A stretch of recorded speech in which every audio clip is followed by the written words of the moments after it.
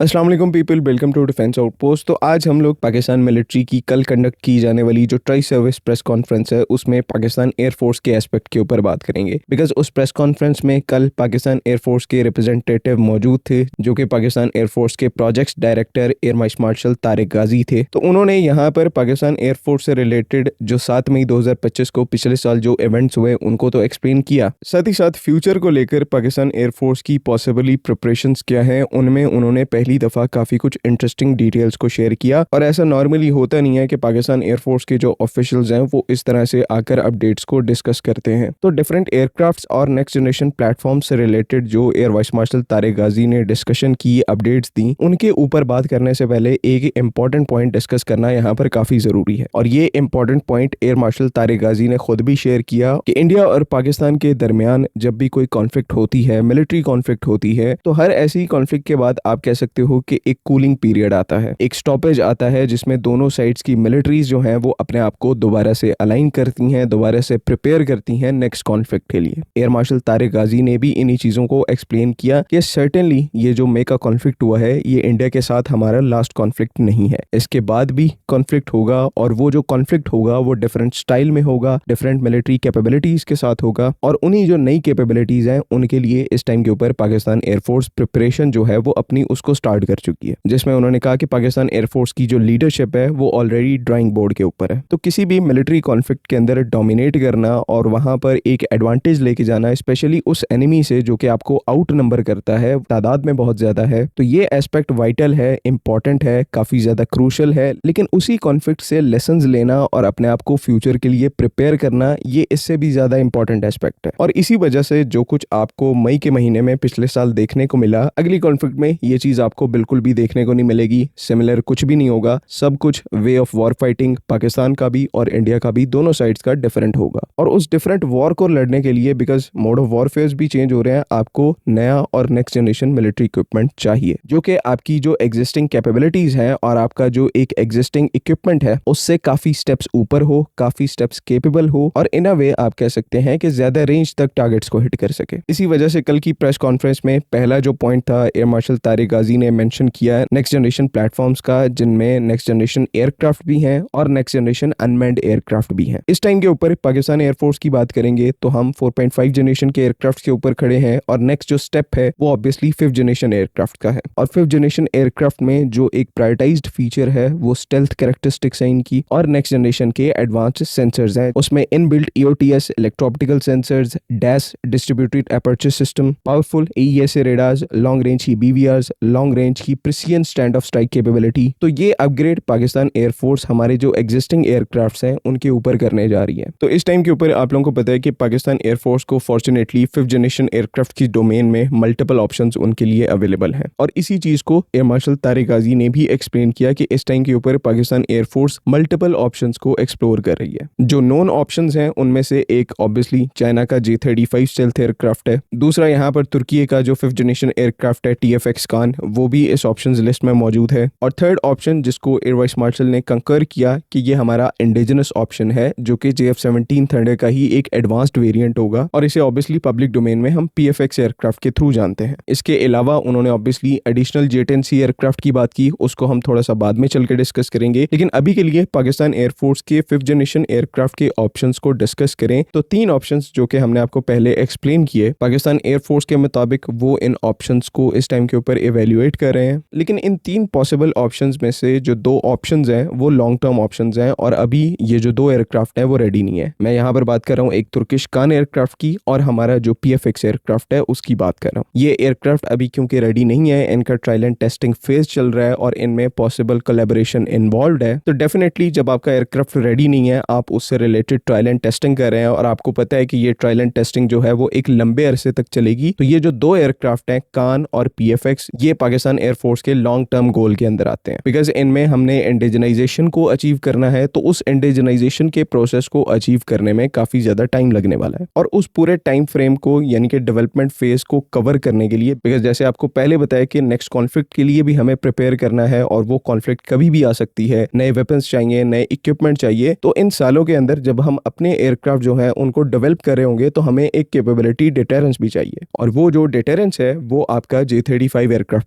Provide करेगा because वो एक रेडी प्रोडक्ट है। चाइना ने उसका जो 10 से 12 साल का डेवलपमेंट फेज है उसको कंप्लीट कर लिया है। इवन अभी पिछले हफ्ते इसका जो एक्सपोर्ट वेरिएंट है J35AE उसको भी यहाँ पर फाइनली अनवील किया गया है। तो ये चीज यहाँ पर ऑलमोस्ट अब इस टाइम के ऊपर कंफर्म्ड है कि J35 हमारा फर्स्ट स्टेल्थ एयरक्राफ्ट का ऑप्शन है जिसको हम ऑप्ट करने वाले हैं। और इसको लेकर भी एयर मार्शल तारिक गाजी ने बहुत ही इंपॉर्टेंट इन्फॉर्मेशन को कंफर्म किया कि J35 एयरक्राफ्ट को अक्वायर करने की जो फाउंडेशन है उसको ले किया जा चुका है और J35 एयरक्राफ्ट को लेकर दोनों जो कंट्रीज हैं वो एडवांस स्टेजेस के ऊपर है। If I am not wrong, ये पहला एडमिशन है पाकिस्तान एयरफोर्स के किसी ऑफिशियल का जहां पर उन्होंने मेंशन किया है कि J35 एयरक्राफ्ट को लेकर पाकिस्तान एडवांस डिस्कशंस के अंदर है, जो कि अपने आप में इस फैक्ट को कंफर्म करती है कि अगले कुछ ही टाइम के अंदर ये एयरक्राफ्ट पाकिस्तान को रिसीव होने वाला है। बिकॉज हमें इंडिया के साथ एक नेक्स्ट कॉन्फ्लिक्ट लड़नी है और वो कॉन्फ्लिक्ट कभी भी आ सकती है। उस कॉन्फ्लिक्ट की रिक्वायरमेंट है नए वेपन्स, लॉन्ग रेंज के वेपन्स, जो कि चाइना हमें J35 एयरक्राफ्ट के साथ प्रोवाइड करेगा। और उसके बैकग्राउंड में अगले जितने भी साल J35 हमें एक कैपेबिलिटी डोमिनेंस प्रोवाइड करेगा, उसके बैकग्राउंड में हम अपने जो कोलैबोरेशन वर्क है अपने इंडिजिनस एयरक्राफ्ट के ऊपर, PFX के ऊपर, उसके बाद TFX कान के ऊपर, उसका रोल आउट, उसकी फर्स्ट फ्लाइट, उसकी जो प्रोडक्शन है उसको कैरी आउट करेंगे। और ये यहाँ पर एक सबसे ज्यादा लॉजिकल और वायबल ऑप्शन है। बिकॉज अब आप यहाँ पर ऐसा भी नहीं कर सकते कि अपने इंडिजिनस एयरक्राफ्ट का वेट करने के पीछे कैपेबिलिटी गैप जो है उसको वैसे ही खुला छोड़ दें और नेक्स्ट जो कॉन्फ्लिक्ट है इंडिया के साथ, जो कि इस साल भी हो सकती है, अगले साल भी हो सकती है, उसको लड़ने के लिए आपके पास कोई जो आपका क्वालिटेटिव एज है वो ना बचे। तो चीजें प्रीटी मच उसी तरह से है जिस तरह से हम पहले से डिस्कस करते आए हैं। Air vice marshal Tariq Ghazi ने आकर इन चीजों को कंफर्म कर दिया है, जो कि हमें पहले से पता है कि J35 पहले आएगा और उसके बैकग्राउंड में PFX और कान एयरक्राफ्ट की जो इंडक्शन है पाकिस्तान एयरफोर्स उसको कैरी आउट करेगी। नेक्स्ट पॉइंट पे आ जाए तो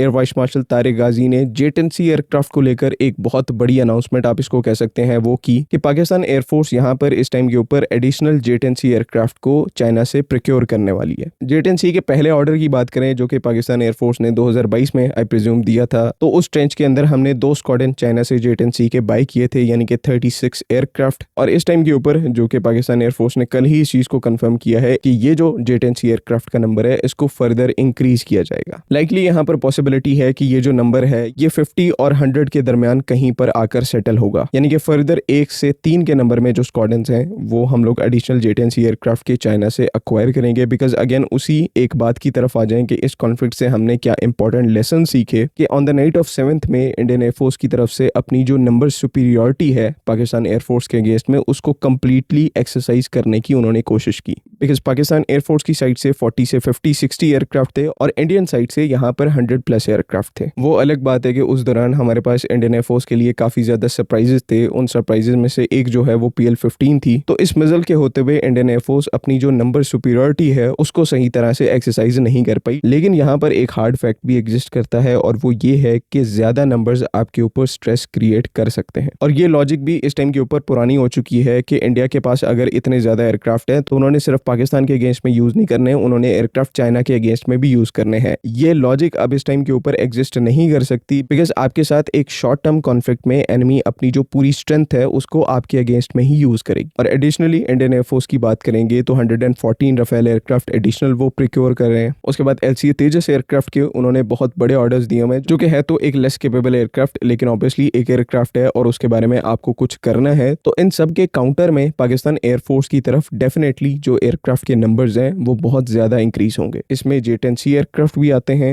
JF-17 ब्लॉक 3 एयरक्राफ्ट भी आते हैं और हो सकता है यहाँ पर पाकिस्तान एयरफोर्स F-16 एयरक्राफ्ट के भी एडिशनल नंबर्स को प्रोक्योर करे। And on top of it जो हमारे नेक्स्ट जनरेशन के स्टेल्थ एयरक्राफ्ट हैं J-35 प्रोमिनेंटली, उसके बाद PFX और बाकी एयरक्राफ्ट, इनको भी आहिस्ता आहिस्ता थोड़े नंबर्स में करके हम अपनी सर्विस में शामिल करेंगे। बिकॉज ये एयरक्राफ्ट क्योंकि नेक्स्ट जनरेशन एयरक्राफ्ट हैं तो इनके इवन थोड़े नंबर्स भी एनिमी को काउंटर करने के लिए मोर देन इनफ होंगे। अच्छी बात यहाँ पर यह है कि हमारे पास ऑप्शंस अवेलेबल हैं, टाइमलाइन में फ्लेक्सिबिलिटी जो है वो हमारे पास है बिकॉज एनिमी को पहला राफेल एयरक्राफ्ट भी अगले 5 साल के बाद डिलीवर होगा। तो ऐसे में हम एक कंफर्टेबल पेस के ऊपर भी चलें, चीजों को ज्यादा रश आउट ना भी करें। ये जो पूरी गेम है इसको सोच समझ कर खेलें तो भी हम कंफर्टेबली इंडियन एयरफोर्स और इंडियन मिलिट्री के ऊपर एयर पावर डोमेन में एक बहुत बड़ी जो कैपेबिलिटी डोमिनेंस है उसको एस्टैब्लिश कर सकते हैं। और ये फैक्ट जो है वो विदाउट एनी डाउट है, इसमें कोई एग्जैजरेशन नहीं है और आने वाले टाइम में इनको होता हुआ हम जरूर देखेंगे। आई होप के वीडियो थोड़ी सी लंबी हो गई है लेकिन आपको तमाम चीजें क्लियर हैं। अपने ओपिनियंस को काइंडली कमेंट्स में जरूर मेंशन करें। बाकी अगली वीडियो तक के लिए अल्लाह हाफिज़। पाकिस्तान जिंदाबाद।